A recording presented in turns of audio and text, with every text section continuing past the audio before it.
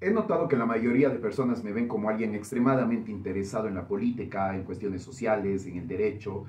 Sin embargo, es un choque interesante cuando se enteran de que este interés no es más que una consecuencia de preferencias mucho más profundas que nacieron, se podría decir, cuando me llegué a interesar en por qué la gente tenía ciertas creencias religiosas, lo que hizo que me dé bastante curiosidad la historia de los textos sagrados y de las religiones en general.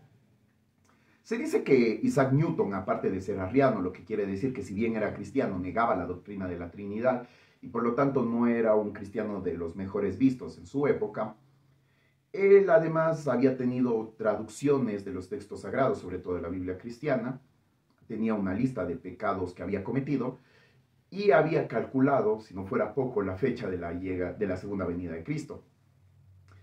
Sí, a los que creen que pueden sabotear o iconoclastear la Navidad con la llegada de Newton, les tengo esa noticia. Newton era muy cristiano, extremadamente cristiano. En segundo, hay un problema de calendarios. Por ahí Newton tampoco nació el 25 de diciembre, para los que creían eso.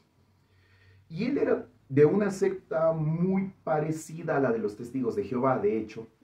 Así que creo que este tema de sabotear la Navidad con Newton no es de los más eficaces. De hecho, los testigos de Jehová lo hacen mejor. Sin embargo, a Newton se le recuerda sobre todo por sus avances en física y en cálculo, lo que dio cimientos a nuestra era de tecnología e industria, y no se le conoce tanto por su interés mucho más profundo en la religión.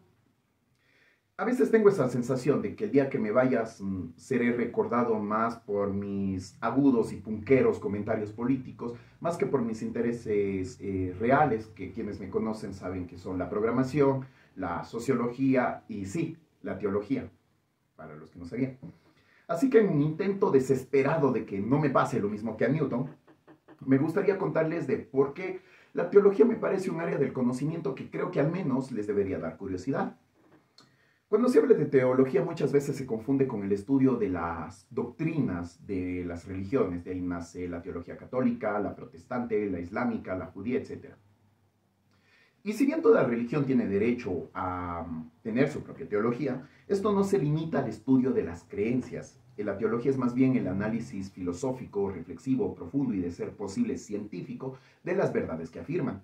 O, bueno, de las afirmaciones que ellos creen que son verdades. Por ejemplo, Santo Tomás de Aquino utilizaba el principio de la causalidad para afirmar que todo en el universo tiene una causa y que si bien el Dios de los cristianos pudiera no existir, por verdad filosófica debe existir algún ser parecido a un Dios.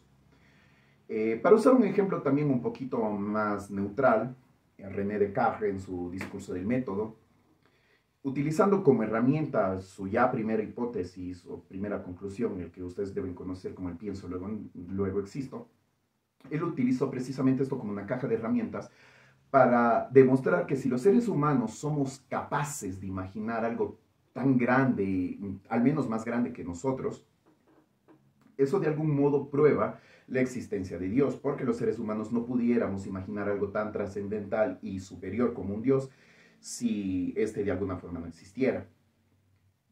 El problema con las religiones es que son tan invasivas en nuestras vidas que siempre queremos rebelarnos contra ellas. Esos deseos siempre son fuertes, incluso en las personas más creyentes. Y todas y todos vemos en la religión instituciones corruptas, historias difíciles de comprobar, cuentos acerca de milagros, líderes perversos y un largo checklist de señales de peligro.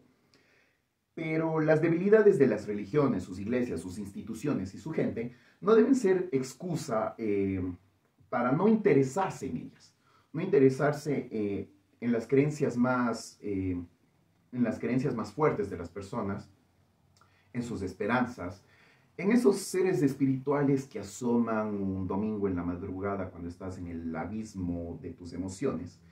¿Y por qué no? Y si no sientes eso, al menos tener la curiosidad de cómo para bien y para mal estas creencias han moldeado nuestra vida y la historia de nuestra especie. El hecho de que los gobiernos sean corruptos y que yo personalmente espero que el Estado moderno desaparezca algún día, no quiere decir que eso vaya a hacer que me deje de interesar la política. El hecho de que muchos abogados también sean corruptos no quiere decir que me deje de interesar el derecho. Por la misma razón, las debilidades de las religiones y sus iglesias no quiere decir que me deje de interesar el estudio de las mismas. Por supuesto, tú pudiera tomar el camino fácil del agnóstico y decir, yo no soy religioso, pero sí soy espiritual. Frase. No, yo no soy religioso ni soy espiritual y creo en la Pachamama tanto como creo en Zeus o creo en Jehová. O sea, no, nada. Pero sí tengo un interés, una ambición, un hambre tal vez por el conocimiento y tengo un cierto tipo de ansiedad por no morir, a sabiendas que hay algo que sé que no sé y que tuve las herramientas o la capacidad de haberlo sabido. Mis amigos ateos piensan que cuando hablo de teología les quiero convencer de la existencia de Dios y a veces ellos son mucho más obstinados que los creyentes. No a veces, de hecho son casi tan obstinados como los creyentes. Pero lo que en realidad quiero es que veas que saber algo nunca es una pérdida de tiempo y que yo no sé si Dios existe o no, pero sí sé que las historias que me han contado acerca del Olimpo son fascinantes, que Satanás me parece un personaje increíblemente interesante, que quisiera tener la resistencia de Job, el liderazgo de Moisés, la fuerza de Mahatma Gandhi. Me gustaría haber conversado con Poncio Pilatos, me gustaría vivir en un mundo imaginado por Lao Tse, o me hubiera gustado ver cómo Jehová derribaba naciones frente a Jeremías. Eso no va a pasar. Pero lo que al menos puedo hacer al respecto es reflexionar acerca de eso, y aunque sean cuentos de hadas, yo no los voy a menospreciar. Quienes me conocen saben que a mí me encantan los cuentos de hadas, sobre todo los europeos medievales. Y a veces tendemos a tratar a la ficción solo como eso, como ficción. Pero si algo sé de sociología, es que incluso los cuentos de hadas moldean tu vida y moldean tus valores. Yo siempre me burlo de los ateos porque tienen una brújula moral tan, pero tan cristianizada que es, cuando ellos hablan es como escuchar a Ned Flanders, o sea, solo les falta el bautizo. Creo que he sido afortunado en ese sentido porque puedo, al menos creo que puedo hablar con y de cristianos, judíos, musulmanes, budistas, eh, sin, sin ninguna inclinación, sin ningún prejuicio u odios particulares, o al menos intento que así lo sea. Y así como mis ideas acerca de la política y la economía se pueden rastrear, a quienes intenten hacerlo, a los primeros comerciantes y gremios de artesanos de la edad medieval junto con sus cuentos de hadas, así también puedo seguir formando mi vida y mis valores en base a lo que creían las primeras sectas cristianas gnósticas, a lo que creían los seguidores de Zoroastro, a los seguidores de Atenea, a los caballeros del rey Arturo, si es que existieron, a los monjes templarios, o a quienes acompañaron a Alexandra Davinil en su expedición al Tíbet, aunque sean cuentos de hadas.